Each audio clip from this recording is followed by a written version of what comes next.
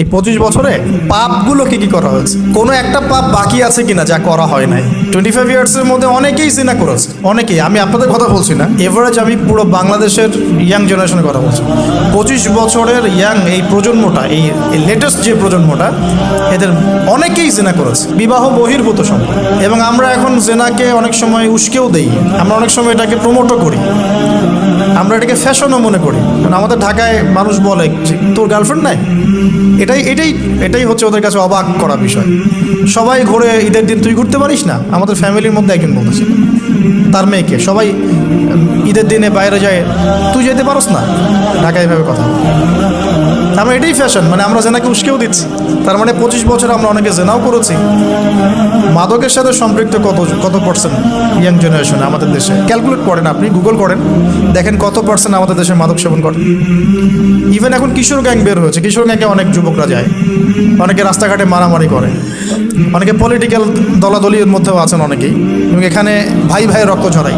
আমরা উভয় মুসলিম, কিন্তু উভয় মুসলিম, জুমার দিন একসাথে নামাজ পড়ে। তাহলে এটা কোন দর্শন যেটা আমার ভাইকে শত্রু বানিয়ে দিল, আর পশ্চিমারা গাছের আড়ালে বসে বসে হাসছে?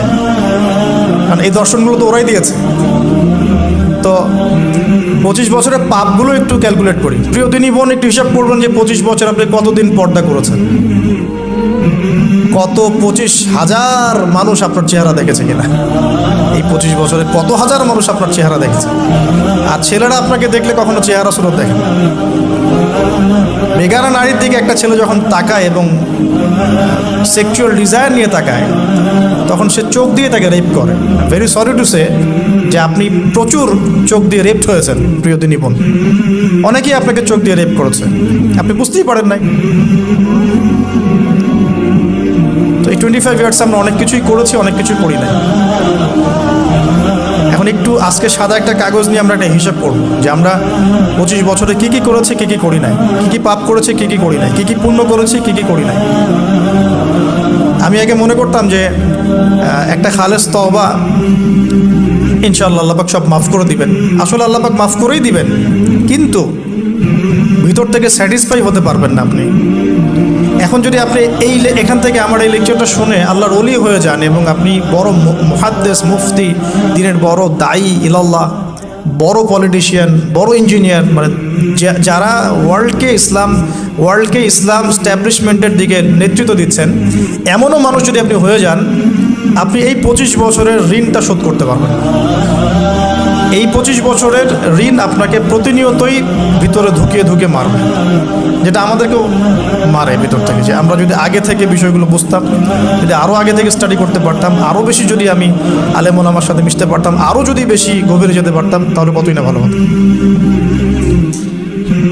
তো আমি আশা করি কথাগুলো আপনাদের কলিজায় পৌঁছাবে ইনশাআল্লাহ।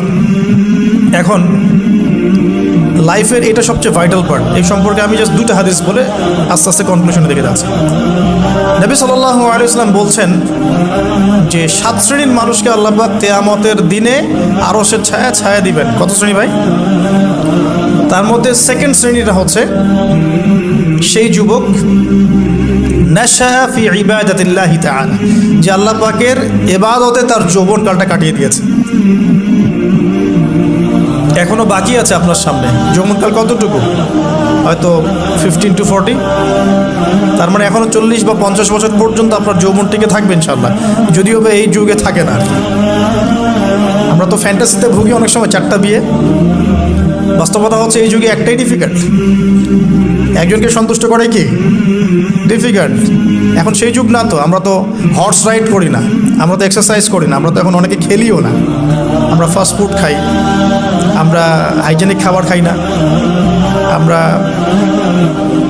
আগেকার মানুষদের মতো অনেক কিছুই করি না। এনভায়রনমেন্ট নষ্ট হয়ে গেছে, পলিউশন আছে, সব মিলে এখন আমাদের যৌবন যে 50 বছর পর্যন্ত থাকবে, এটা নিশ্চয়তা দেওয়া যাচ্ছে না যদি আমরা বেঁচেও থাকি।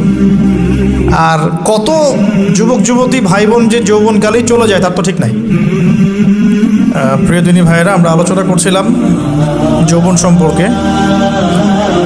এই বিষয়ে আমি দুটো হাদিস বলার নিয়াত করেছিলাম। তো প্রথমটা শুনিয়েছি মোটামুটি, সেটা হলো নবী সাল্লাল্লাহু আলাইহি ওয়াসাল্লাম বলেছেন যে কিয়ামতের মাঠে আল্লাহ রাব্বুল আলামিন যে 7 শ্রেণীর মানুষকে তার আরশের ছায়া দিবেন, তার মধ্যে তৃতীয় শ্রেণী হচ্ছে সেই যুবক যে তার যৌবনকালটাকে আল্লাহর পথে উৎসর্গ করেছে বা কাটিয়ে দিয়েছে।